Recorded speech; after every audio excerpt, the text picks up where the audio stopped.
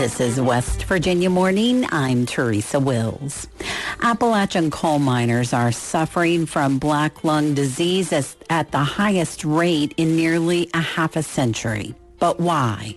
Now we're seeing almost all of these miners with mixed dust pneumoconiosis, which includes silica and coal dust. That story and more coming up this West Virginia Morning. Support for West Virginia Morning is provided by Hope Gas, committed to the growth and development of West Virginia to strengthen the community. Information at wvisforhope.com. Governor Patrick Morrisey has launched an investigation into whether funds from the school clothing voucher program were actually used to purchase things other than clothes for kids. Maria Young reports. Morrisey's office says nearly half of the $11.4 million the state provided for back-to-school clothes this year was taken out in cash at ATMs. We know when you have cash cards, when you can go to ATM and take money out, yes, there's absolutely going to be problems with it. That cash, he said, could be used for anything. I don't want a penny of the money that should go for school clothing to be spent for cigarettes, to be spent for beer, to be spent for all these things. Senator Brian Helton, a Republican from Fayette County, chairs the Legislative Oversight Commission on Health and Human Resources Accountability, which meets next Tuesday. He said the commission will hear from the Department of Human Services on this topic. We're going to call people in from the department to testify directly about this school clothing voucher program so we can do a real deep dive in front of our legislative committee. And that way we're doing all this out there where the public can see it. Everyone can fully understand the issue, and we'll keep going until we get the answers that we're looking for. Helton said his health committee has been inundated with comments from citizens outraged that hardworking taxpayers may be funding lifestyle choices rather than helping needy kids. People this morning, they're outraged. Like, my constituents are just like beside themselves. And I've been flooded with this feedback, and I agree with them. I think West Virginians are some of the most generous people anywhere in the world. And we want to see needy children get taken care of. But our hardworking people who show up and put that money in to actually pay for that program, they want us to make sure it's being used for the children that it's intended for. For West Virginia Public Broadcasting, I'm Maria Young in Charleston. Coal volumes for two of the nation's biggest railroads are up from last year. As Curtis Tate reports, domestic coal shipments declined amid a flurry of favorable Trump administration policies. CSX and Norfolk Southern reported their second quarter results late last month, including an increase in coal shipments. CSX coal volume increased 5% in the March to June quarter, while Norfolk Southern's increased 4%. Domestic volume was down for the railroads, while export volume was up. In a presentation to investors, CSX cited higher shipments of coal to overseas markets for steelmaking and electricity production. Norfolk Southern did not include those details, but the railroads overlap. CSX domestic coal declined 2%, while its exports increased 12%. Norfolk Southern's domestic coal declined 8%, while its exports increased 25%. Both railroads ship coal from eastern Kentucky to U.S. power plants and export terminals. I'm Curtis Tate in Richmond. This is West Virginia Morning. I'm Teresa Wills. It's 7:53. Patchy fog this morning, partly cloudy skies today, scattered rain and thunderstorms, highs in the 80s. Slight chance of rain and thunderstorms tonight with lows in the 60s, and scattered rain and thunderstorms for Friday, highs in the 80s. Federal health researchers at the CDC have a new report today about black lung disease among the most experienced coal miners in Appalachia. They are suffering from the incurable disease at the highest rates in nearly half a century. For the Appalachia Mid-South Newsroom, Justin Hicks reports.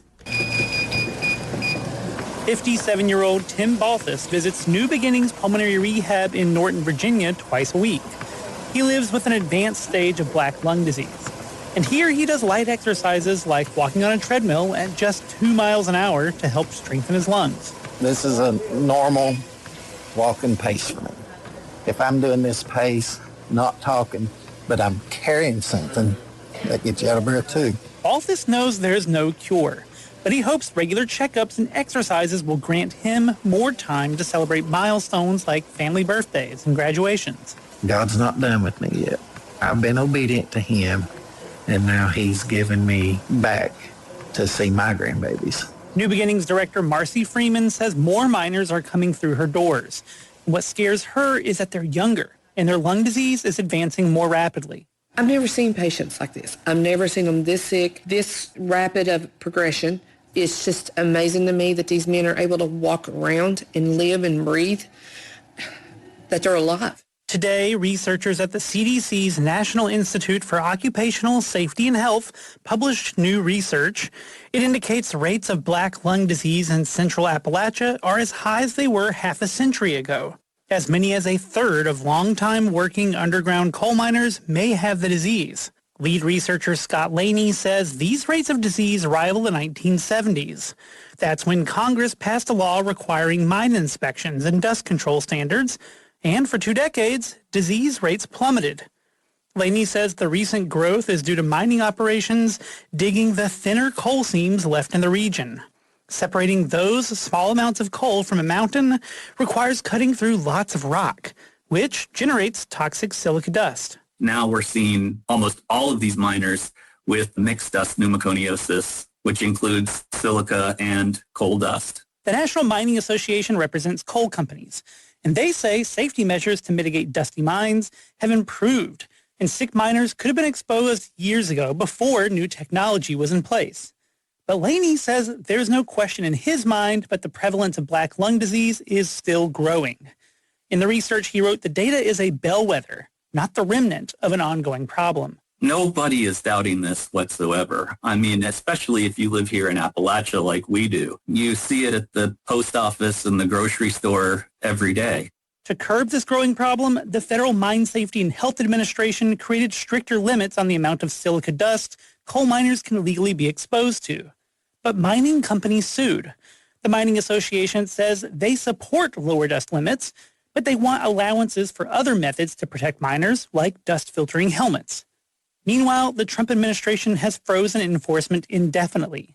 That delay really frustrates Drew Harris, a lung doctor in Southwest Virginia who treats patients suffering with black lung disease. It's outrageous that these are the numbers we see in 2026. We know how to prevent it. There's no mystery here. We need better protections to be enforced. The Mine Safety and Health Administration declined to comment until the research letter was public. But legal briefs show the federal mining agency is holding private meetings around changing the safety rules. So for now, it's still unclear what future silica dust protections may or may not be in store for coal miners. For NPR News, I'm Justin Hicks in Norton, Virginia. This story was produced as part of the Appalachia Mid-South Newsroom, a collaboration between NPR and several public radio stations in West Virginia, Tennessee, and Kentucky. Visit the special series page under the News tab on our website to find a link to this story and more. West Virginia Morning is a production of West Virginia Public Broadcasting, which is solely responsible for its content. Support for our news bureaus comes from Shepherd University and Marshall University School of Journalism and Mass Communications.